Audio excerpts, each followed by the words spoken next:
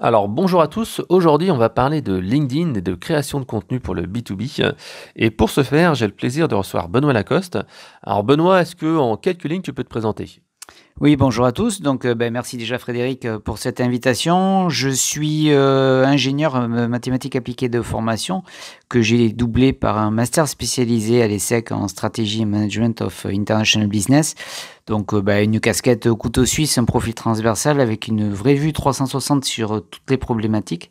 Ce qui fait qu'aujourd'hui, je peux me positionner en tant que spécialiste B2B dans les stratégies digitales et la création de contenu, le fameux content marketing.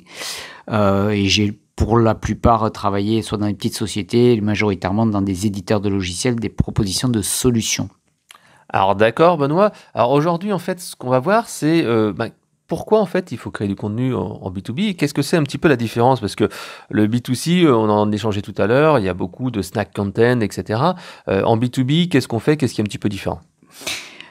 Oui, alors le commun du mortel va dire contenu, c'est la même chose pour tout le monde. Certes, si comme tout, on peut généraliser.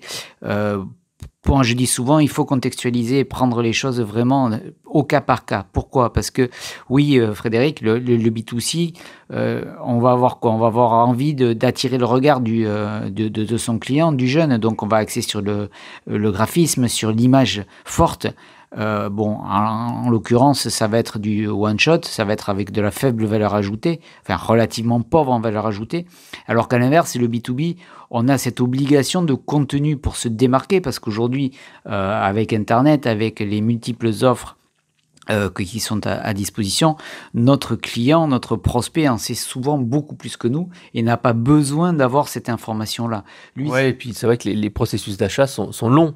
Donc la personne se renseigne, elle a un besoin, mais tout qui à fait. va être révélé dans 6 mois, un an. Donc il faut maintenir une relation, être conçu, être perçu plutôt comme un expert. Et donc il faut rester présent dans l'esprit de la personne pour qu'elle se dise 6 mois plus tard, ouais, si j'ai un appel d'offres ou si j'ai un besoin d'un tel truc, ça sera celle-là, celle-là, celle-là, celle-là comme solution que j'aurais sélectionnée.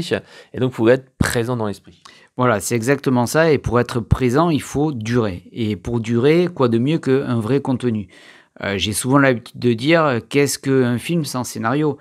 Qu'est-ce que un opéra sans partition? Aujourd'hui, qu'est-ce qui dure? Pourquoi on parle encore d'un Émile Zola? Pourquoi on parle encore des écrits de nos chers philosophes? Pourquoi on va vous citer Mozart, Bach, etc.? Parce que le contenu était intéressant, certes, mais parce qu'il y avait un vrai contenu de valeur, avec une vraie valeur ajoutée, qui encore aujourd'hui, de par son interprétation et sa lecture, marque et impacte. Donc pourquoi? Parce que ça crée l'émotion, parce que ça crée de l'impact sur votre état d'esprit, ça vous énerve, en gros, pour faire simple, ça vous a marqué. Et donc, quand quelque chose vous marque, que ce soit dans 3 mois, dans 6 mois ou dans un an, vous allez vous en souvenir. C'est exactement la même chose avec un contenu et c'est ce vers quoi moi je pousse à fond. Et quoi aujourd'hui de mieux que de plus engageant et de plus stimulant que la vidéo? On en a de plus en plus. On est dans un monde d'instantané, on est dans un monde d'images. On est toujours encore plus pressé qu'on ne l'était à l'époque, et demain ça sera encore pire. Et donc on a quoi? On a 5-10 secondes à consacrer à la chose. Aujourd'hui, moi je suis chef d'entreprise, entre 40 parapheurs à signer, 30 réunions et un rapport à lire, plus préparer le prochain congrès B2B qui va bien aux États-Unis, etc. Il me reste rien du tout. Il me reste quoi? Il me reste mon aller-retour dans le taxi ou dans le métro. Ah, un podcast, une vidéo, bon, ça se consomme très rapidement. Il me reste quoi? Il me reste, j'allume BFM TV ou BFM Business et je vais voir quelque chose. Ah, ouais, effectivement. Mais là encore, il faut que vous arriviez à capter l'attention de la personne. Et ça demande de la préparation. L'impro, il y a des gens qui sont experts là-dedans, mais ça marche une fois sur 36 millions. C'est comme les QI, c'est comme les super intelligents. Il y en a quelques-uns, mais ça ne fait pas la totalité. Donc il faut la préparer. Et en la préparant, qu'est-ce qui est le plus important? C'est les 10 premières secondes. Moi, quand je prépare, je collabore actuellement avec Caféine TV. Quand on reçoit des directeurs marketing, directeurs commerciaux, des SEO, dans la prédiscussion, j'insiste sur le fait des 10 premières secondes. il faut que dès les 10 premières secondes, vous puissiez attirer votre auditoire. Il faut que vous captiez l'attention de votre auditoire. Sinon, un contenu comme un autre, soit il va être consommé sans aucune valeur ajoutée, soit pire, il va être zappé. Donc, alors, un petit exemple, justement. Ce matin, tu disais que tu faisais un enregistrement. C'était quoi ton petit teaser? Alors, ce matin, oui, on parlait, je recevais un directeur commercial, et on discutait de la vente. Et ouais, c'est compliqué aujourd'hui de se démarquer dans la vente. Et j'ai dit, voilà, tu l'as, ton petit accroche. Tu démarres ton entretien par « Peut-on encore aujourd'hui innover dans la vente ?» Cette question, je suis certain que vous vous l'êtes tous posée. Avez-vous pour autant des certitudes? Voilà, c'est peu, ça paraît pas grand-chose, mais en façon de le dire et à l'accroche, vous allez susciter, vous allez capter. Les gens vont se reconnaître parce qu'ils vont dire oui, c'est vrai, je me suis posé la question. On va capter l'attention, et puis il y a ce petit quelque part de s'il pose la question, c'est qu'il a peut-être des idées à apporter. C'est qu'il a peut-être une méthode qui pour lui marche, que je pourrais peut-être réutiliser. Donc tout ça fait que, avec de l'ironie, avec de l'empathie, avec de l'émotion, avec jamais de l'agressivité, mais un phrasé, un ton, fait qu'on va arriver à se démarquer, se diversifier. Aujourd'hui, c'est exactement la même chose quand vous allez produire un article écrit, une brochure. Vous pouvez faire du dictionnaire et du Wikipédia. Quelle va être la valeur ajoutée? Effectivement, vous allez passer pour un expert, c'est très bien, bravo, etc. Encore un qui a produit. Vous allez faire le même article, mais avec un ton un petit peu différent, avec un petit peu d'ironie, avec de la harangue, avec des mots... Des cas clients, des exemples concrets, de l'émotion. Qu'est-ce que vous en pensez, et vous? Voilà. J'ai parlé de moi, j'ai été nerveux, j'ai été énervé quand j'ai vu ça. Tout de suite, les gens vont... Et puis vous allez piquer un petit peu. Par exemple, vous êtes un petit peu épicurien, mais bon, vous galérez, pour parler simplement et un petit peu moderne, aujourd'hui parce que vous n'avez pas de travail, et puis on vous propose quelque chose, et puis vous avez 4, 5, 6 exemples qui marchent, mais bon, le problème c'est que c'est pas du tout mon domaine, etc. Et alors, tu vas écrire dans ton prospect, à ton prospect sur la brochure, toi aussi t'en as marre de manger ton sandwich, toi aussi t'as envie de manger du caviar chez Pétrosian, bon viens au moins tester, sors de ta zone de confort qui ne tente rien à rien. Ouais. Voilà, des fois il faut bousculer aussi les gens, et bousculer les gens sur un contenu écrit, oui c'est possible. Oui, surtout en fait, c'est intéressant quand tu es, entre guillemets, challenger sur un domaine, puisque là justement tu vas bousculer les gens qui ont un contenu très corporate, très lissé, et toi tu vas sortir du lot. Alors d'accord, là en fait on a produit une vidéo qui va créer de l'émotion, qui va, entre guillemets, engager la personne à vouloir en savoir plus. Mais bon, c'est bien tout ça, mais comment on fait pour être sûr que ça gagne de la visibilité et que ça fasse de la viralité? Gagner de la visibilité et de la viralité. Voilà une bonne question, mon cher Frédéric. Sur LinkedIn, de ma propre expérience, encore une fois, je contextualise avec ma propre expérience. Qu'est-ce que j'ai vu qui avait le plus d'engagement? C'est les commentaires. Si vous avez des commentaires, forcément, votre article va durer un petit peu plus longtemps. Puis ensuite les partages, et enfin les likes. Alors qu'avant, c'était vraiment l'autocratie du like, et si on n'avait pas le like, c'était une catastrophe. Et comment avoir des commentaires? Justement, c'est par rapport à ce que je viens de dire. C'est vous poser des questions, vous haranguer votre prospect, vous haranguer vos utilisateurs, vos consommateurs, entre guillemets. Et c'est pour ça que si vous regardez un petit peu, je vous invite à faire le test. Vous avez une très grande partie des articles, des posts aujourd'hui sur LinkedIn qui se terminent par des questions. Vous n'avez plus de lien à l'intérieur. On vous dit le premier lien du site est en commentaire, ou si vous voulez en savoir plus, cliquez ici ou contactez-moi. Oui, d'ailleurs, je te donnerai un exemple. Moi, j'ai fait un article sur LinkedIn, un statut, il n'y a pas longtemps. C'était les 11 erreurs à ne pas commettre en inbound marketing. Donc, au lieu de faire comme d'habitude un article, les 11 erreurs avec un lien vers mon site web qui est... Type Wikipédia, classique, avec un call to action classique, etc., que tout le monde connaît, même si ton site est très bien et qu'il n'y a pas de souci de ce côté-là. Aujourd'hui, vous faites plus ça, vous posez une question, et vous, pour vous, quelle est l'erreur que j'ai oubliée, Exactement, c'est exactement ça. Ou laquelle faites-vous la plus souvent? Non seulement vous allez inciter la personne a commenté, mais justement, puisqu'elle a commenté, vous allez pouvoir lui répondre. Et puis, en fonction, comme 2 fois sur 3, on n'est pas sur la même longueur d'onde, ou alors on a besoin d'explications supplémentaires, on va répondre. Et donc ça, vous allez avoir votre premier engagement de discussion, qui va se conclure par une augmentation de votre réseau, donc du lien. Et donc ça, c'est vrai que de ce côté-là, on a cette viralité, parce qu'il ne faut jamais oublier que mon réseau, j'ai mon réseau, mais la personne qui va commenter à son propre réseau, et du moment où elle le commente, ça va l'ouvrir à son propre réseau, qui va pouvoir venir commenter, etc. Donc vous avez un premier engagement en lien humain, et vous avez de la viralité. Vous avez d'autres possibilités aujourd'hui. Comme par exemple, là, dans l'article dont je t'ai parlé, j'ai mentionné quelques influenceurs que je connais et qui sont spécialisés dans le domaine, et j'étais sûr en leur disant quel est ton avis à toi. Donc j'ai demandé à Stéphane, j'ai demandé à Gabriel, etc. Et bien entendu, ils ont tous été très gentils de faire un petit commentaire qui m'a permis de gagner en visibilité. Voilà. Et donc ça, Frédéric est quelqu'un de très influent et très connu sur le marché. Moi, je le suis beaucoup moins. Donc vous l'êtes peut-être entre lui et moi. Quelles sont les autres possibilités que vous avez ? Vous avez aujourd'hui quelque chose qui se développe un petit peu rapidement, on va dire, qui sont les pods de WhatsApp. Alors, soit il y en a des existants, soit vous pouvez les créer avec 4-5 amis.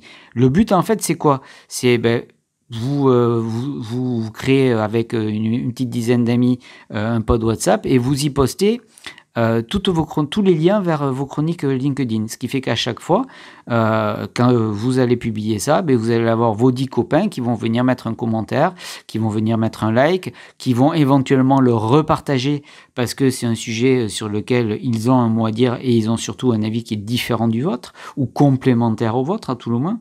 Et donc de ce côté-là, quelque part, même si c'est limite borderline, cher Frédéric. C'est clair que là, on est d'accord que c'est manipuler l'algo de LinkedIn, parce qu'on sait très bien que les 2 premières heures, la première heure est essentielle. Et comme tu disais, WhatsApp, c'est bien parce que les gens voient une petite alerte et tac, en fait, ils disent tiens, il y a un truc, je vais voir, je vais liker, je vais poster. Parce que le problème d'envoyer un email ou de mentionner les gens, c'est qu'ils n'ont pas forcément l'alerte dans leur téléphone. Et puis on est dans l'instantané aujourd'hui. Aujourd'hui, on est dans l'instantané de l'image, on est dans l'instantané de la réaction, de l'action, et gagner 3 microsecondes sur quelque chose peut vous faire gagner des millions derrière. Mais c'est vrai que t'as raison, et en plus la personne elle est sur son téléphone, et bien entendu tu lui dis ne fais pas que juste liker, mets-moi un petit commentaire, même si c'est 2-3 lignes, au moins comme ça donnera plus de valeur. Voilà, et bon, après à modérer, comme tout ce genre de choses aussi, il ne sert à rien d'aller mettre top, super, X, Y, Z. À force, il faut quand même, voilà, il faut essayer de donner autant que faire se peut un petit peu de contenu, encore une fois, à valeur ajoutée à un commentaire. Moi, je pars du principe, et sur les pods sur lesquels j'appartiens, je préfère m'abstenir d'aller commenter quand je n'ai rien à dire. Ah oui, moi c'est plutôt que d'aller mettre un top génial, c'est super, etc. Moi je fais partie de quelques pods comme ça, des pods payants et des pods gratuits, hein, et je dis clairement, moi je vais pas liker, je vais pas commenter des articles que je n'aime pas, parce que c'est mon engagement qui est fait, et je vais pas mettre ma réputation en jeu pour ça, quoi. On est tout à fait d'accord là-dessus. Alors, il y avait une petite astuce dont on a discuté aussi tout à l'heure. C'était, tu disais en intro qu'on n'est pas dans le B2C, mais il faut quand même donner un petit peu aussi de visibilité, et un petit peu un aspect simple sur les posts. Oui, continuons, déroulons notre storytelling, notre petite histoire qu'on est en train de vous raconter. Vous allez faire une publication, où vous allez commenter une publication de vos amis du réseau ou d'une personne que vous suivez. Vous allez être un parmi tant d'autres, et donc votre profil, votre nom LinkedIn va être visible. Là aussi, il y a des façons un petit peu simples de pouvoir se mettre rapidement à la vue de tous. C'est utiliser quelques émoticônes pour attirer l'œil dans votre statut. Ouais, surtout les premières lignes qui sont visibles dès le départ, et après vous en remettez dans le corps. Voilà, après, là encore... Avec modération. Voilà, il faut raison garder. On n'est pas dans du B2C, il ne faut pas en faire trop. On met 1 à 2 émoticônes histoire d'attirer le regard. On met 3 hashtags maximum, surtout pas plus, parce que de toute façon, 1, ça sert à rien. 2, LinkedIn est assez drastique là-dessus. Et puis, ça sert à surtout multiplier les choses, va perturber votre message plus qu'autre chose. Qu'est-ce qu'il y a d'autre pour pouvoir... quelques petites astuces par rapport à LinkedIn pour entretenir justement cette viralité et cet engagement, puisque vous avez commenté, donc vous êtes mis sur le devant de la scène, vous avez mis quelques petites émoticônes et des hashtags de votre expertise, donc là vous vous mettez vraiment entre guillemets nu face aux personnes. La personne vient sur votre profil, qu'est-ce qu'elle va voir? Elle va aller voir les statuts partagés. Les statuts partagés. Là, c'est pareil. Profil voilà, le profil. Donc, vous arrivez sur votre page de profil. Vous avez quelque chose que vous voulez vraiment à tout prix pousser, utilisez l'article. L'article LinkedIn, contrairement au post, où vous allez avoir l'historique de tout ce que vous faites. Et donc, si je reviens par ce que je viens de dire sur des pods, vous allez avoir à aimer, à commenter le statut de Michael, Loïc, Frédéric, etc. Alors que votre article, lui, il va rester comme une phase d'accroche, comme s'il était épinglé. Et donc, de ce côté-là, quoi de mieux que de s'en servir pour faire votre présentation générale, comme un moyen de prospection, comme un succès que vous avez eu. Donc ça, c'est quelque chose qui est très simple, très facile à faire, et je serais même tenté de dire qu'il ne coûte rien, quoi. Oui, parce qu'en fait, c'est au lieu d'aller sur LinkedIn et publier un statut comme d'habitude, vous avez un petit bouton, enfin un petit lien qui s'appelle écrire un article, et il suffit de faire ça. Alors c'est plus long, ça demande davantage de temps. Oui, parce qu'il n'y a pas de limite de texte, et là, on apporte vraiment de la valeur ajoutée. Mais bon, on peut faire un petit article de 1000, 1500 mots, à condition d'avoir de la valeur ajoutée. Un article, ça ne doit pas se faire pour un truc tout pourri, enfin, c'est vraiment un truc un peu sympa. Alors, justement, si on parle un petit peu sur avoir encore plus de visibilité et de viralité, est-ce qu'il y a des petits outils que tu aimes bien ? Il faut entretenir après tout ça, c'est toujours la même chose. Il y a aujourd'hui, avec le numérique, on a plein de possibilités, il ne faut pas se le cacher, hein. Et on a entre autres tout un tas d'outils entre guillemets automatiques. Alors j'en suis pas un grand partisan et ni un fervent consommateur, mais c'est vrai que c'est quand même relativement pratique. Ouais, parce que comme on l'a dit tout à l'heure, l'effet viral, en fait, va jouer dans le temps. Quand tu as ajouté une personne sur LinkedIn, tu as à peu près une semaine, on va dire, pour avoir de l'engagement, mais au bout d'une semaine, en fait, les gens vont plus voir tes posts. Donc, ça veut dire que même si tu as 10 000 contacts, si personne n'a liké, commenté ou de choses comme ça, ils vont petit à petit moins voir tes posts par rapport à leurs nouveaux contacts. Et donc, c'est pour ça qu'il faut rester dans les mémoires. Et ces outils, ils servent à ça. Voilà, il y a des outils qui servent à ça, rester dans les mémoires. Vous avez une publication qui a terriblement marché et vous avez énormément de commentaires dessus. Vous allez avoir envie de garder ce contact, de garder ce lien. Et donc après, vous avez quelques petites, on va dire, extensions, quelques petits outils automatiques. Bon, j'en citerai qu'un... qui n'est pas le meilleur, qui n'est pas le pire, qui n'est pas l'unique, hein, Fred, on est d'accord. C'est LinkedIn Helper, par exemple, qui est un outil qui est un petit peu moins d'une dizaine d'euros par mois. Si vous voulez le tester, ça coûte un McDo, c'est pas grand-chose, quoi. Ça peut vraiment vous apporter des choses très intéressantes parce qu'il est simple d'utilisation. Qu'est-ce qui va vous permettre? En résumé, pour faire vite, il va vous faire des ajouts ciblés pour agrandir votre réseau. Ouais, par exemple, je suis dans le B2B, je cible les directeurs commerciaux et je peux chercher entre guillemets avec des guillemets justement dans le moteur de recherche de LinkedIn, directeurs commerciaux Paris. Et là, en fait, il va me trouver une petite liste et il va me les mettre dans une liste et je vais pouvoir l'envoyer un message avec une possibilité de les supprimer s'ils sont hors cible, etc., etc. Voilà, et donc ça, c'est le premier élément. Et le deuxième élément, il permet également de faire du réengagement. Donc, au bout d'une petite semaine, en fait, il va vous permettre de créer un message automatisé pour réécrire à l'ensemble des personnes qui ont rejoint récemment votre réseau ou qui ont commenté ou les gens que vous avez envie de sélectionner et présélectionner, qui va leur permettre de leur donner de vos nouvelles et espérer que vous ayez de leurs nouvelles à eux également derrière. Et donc, sur l'ensemble, là, on a bouclé, on a bouclé la boucle, comme on dit. On a créé notre contenu impactant, on a attiré du monde avec l'aspect viral, on a augmenté notre réseau, on a augmenté donc notre visibilité, on s'est mis en avant avec nos propres expertises. Et en l'occurrence, c'est ce que j'ai essayé de faire aujourd'hui. Est-ce que ça aura marché ou pas? J'en sais rien. Vous pouvez me retrouver sur LinkedIn, Benoît Lacoste. Ma société de micro-entreprise, c'est BLHD Solutions. Et au plaisir de discuter avec vous de tous ces contenus plus. Parce que mine de rien, ça sert peut-être à rien, mais à l'arrivée, ça fait quand même de sacrés résultats, un contenu valorisant. Merci à tous. Merci Fred. Salut, bye bye.